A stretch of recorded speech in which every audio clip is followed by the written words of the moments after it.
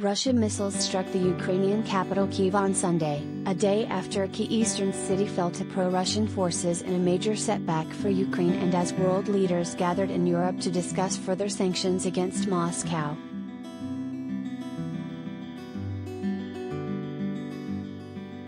As Europe's biggest land conflict since World War II entered its fifth month, the Western alliance supporting Kyiv was starting to show signs of strain. Britain on Saturday said it believed Ukraine could win, but feared it may be pressured into a bad peace deal.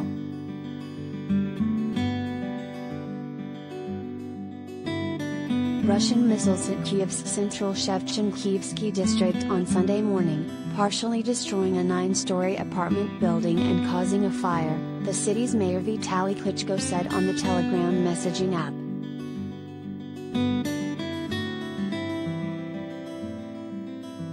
"There are people under the rubble," Klitschko said. He added that several people had already been hospitalized.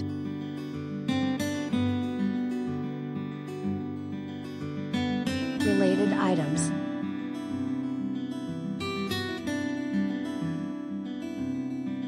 G7 summit kicks off under shadow of Ukraine war. Stagflation risk. Russia has captured Donbas frontline village Toshkivka, Ukraine. Russia to intensify fighting, Zelensky warns as EU decision looms.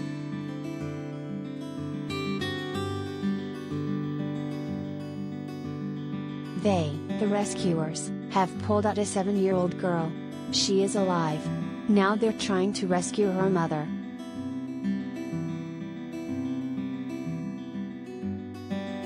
At least 5 people were wounded, the head of Ukraine's police force, Ihor Klimenko, said on national television.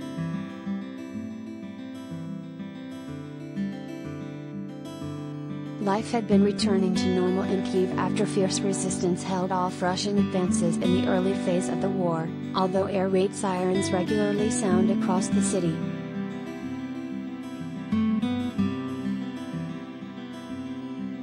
There had been no major strikes on Kyiv since June.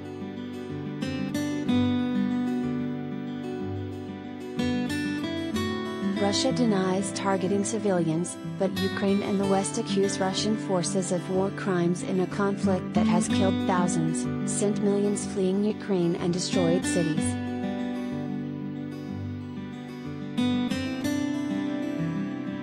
The key eastern battlefield city of Severodonetsk fell to pro-Russian forces on Saturday after Ukrainian troops retreated, saying there was no longer anything to defend in the ruined city after months of fierce fighting.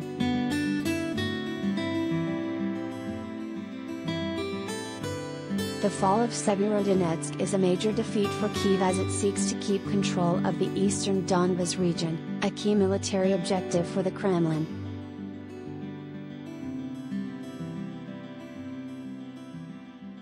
Moscow says the Donbas, Luhansk and Donetsk provinces, where it has backed uprisings since 2014, are independent countries.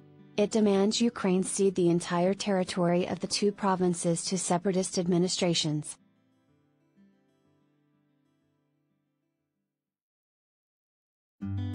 G7 summit.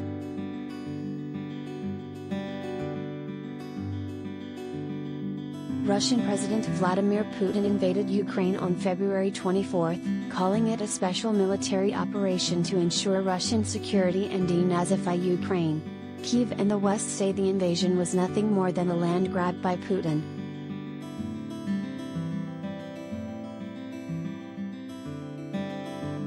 The war has had a huge impact on the global economy and European security, driving up gas, oil and food prices, pushing the European Union to reduce reliance on Russian energy and prompting Finland and Sweden to seek NATO membership.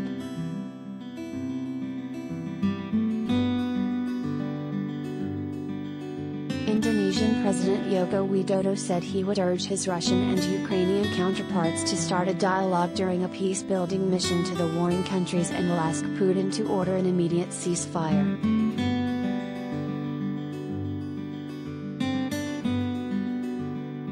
War has to be stopped and global food supply chains need to be reactivated, Jokowi, as the president is popularly known, said before leaving to attend a Group of 7, G7, summit which starts on Sunday in Germany.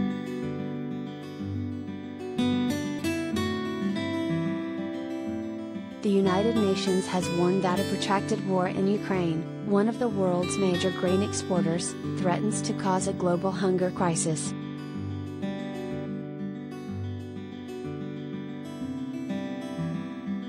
Seeking to further tighten the screws on Russia, G7 countries announced an import ban on new gold from Russia as they started their summit in the Bavarian Alps.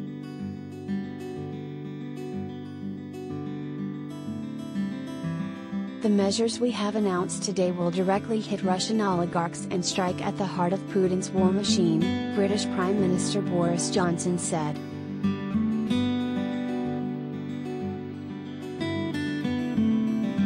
NATO leaders will hold the June 29th to 30th summit in Madrid.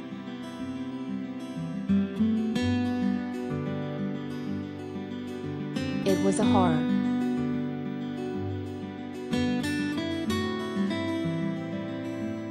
The fall of Severodonetsk, once home to more than 100,000 people but now a wasteland, transforms the battlefield in the east after weeks in which Moscow's huge advantage in firepower had yielded only slow gains.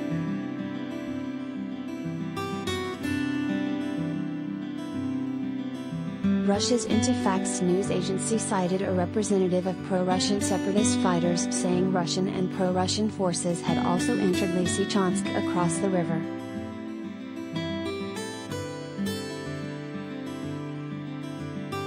The two cities were the last major cities held by Ukrainian forces in the east.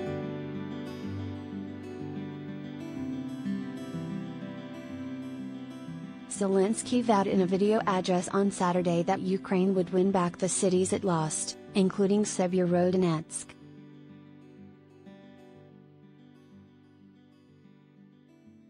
We don't have a sense of how long it will last, how many more blows, losses and efforts will be needed before we see victory is on the horizon, he said.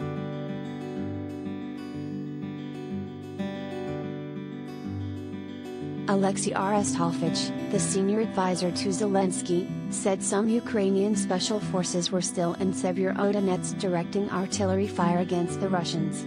But he made no mention of those forces putting up any direct resistance.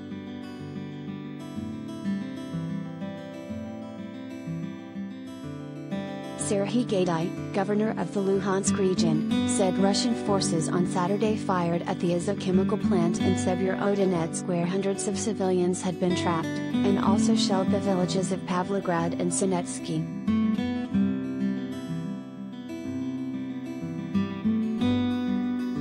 Both Ukraine and Russia have traded accusations of firing at Azov, with Russian-backed separatists in the area saying evacuations were halted due to Ukrainian shelling.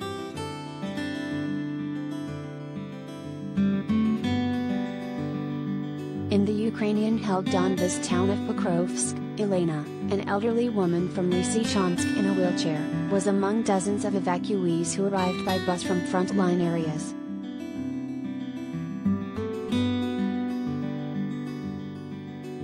Lysychansk, it was a horror, the last week.